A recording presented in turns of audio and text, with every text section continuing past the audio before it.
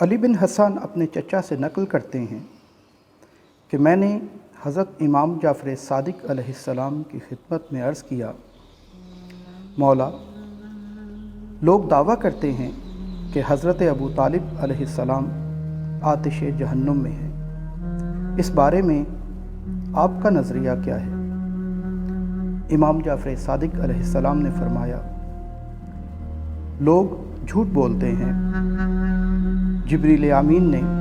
پیغمبر اکرم صلی اللہ علیہ وآلہ وسلم پر ایسی کوئی چیز نازل نہیں کی ہے۔ میں نے عرض کیا، پھر اس بارے میں کیا چیز نازل کی ہے؟ امام نے فرمایا، ان کے بعض حالات کے بارے میں جبریل امین رسول خدا صلی اللہ علیہ وآلہ وسلم کے پاس آئے اور کہا، اے محمد صلی اللہ علیہ وآلہ وسلم،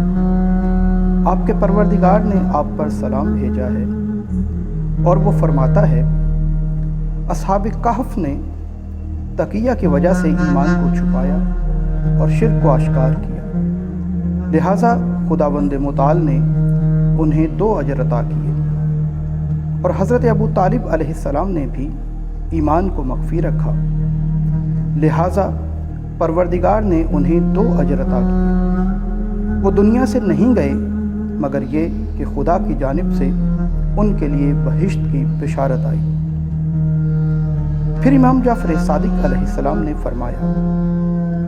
کس طرح سے لوگ حضرت ابو طالب کے بارے میں ایسی بات کرتے ہیں، حالانکہ جس رات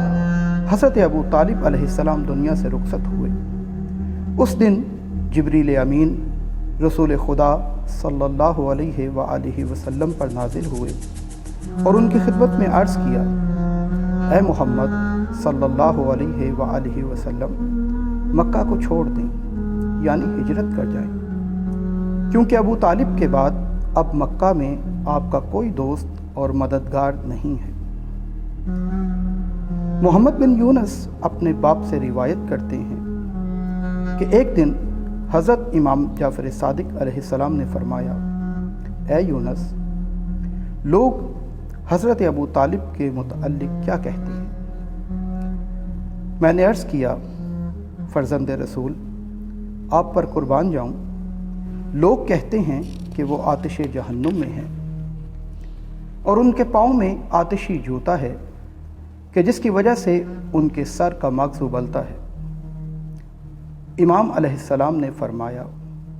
خدا کی قسم، وہ لوگ جھوٹ کہتے ہیں۔ حضرت ابو طالب علیہ السلام پیغمبروں، شہداء اور صالحین کے ہمنشین اور رفقا میں سے ہیں، اور وہ کتنے اچھے دوست اور رفقا ہیں۔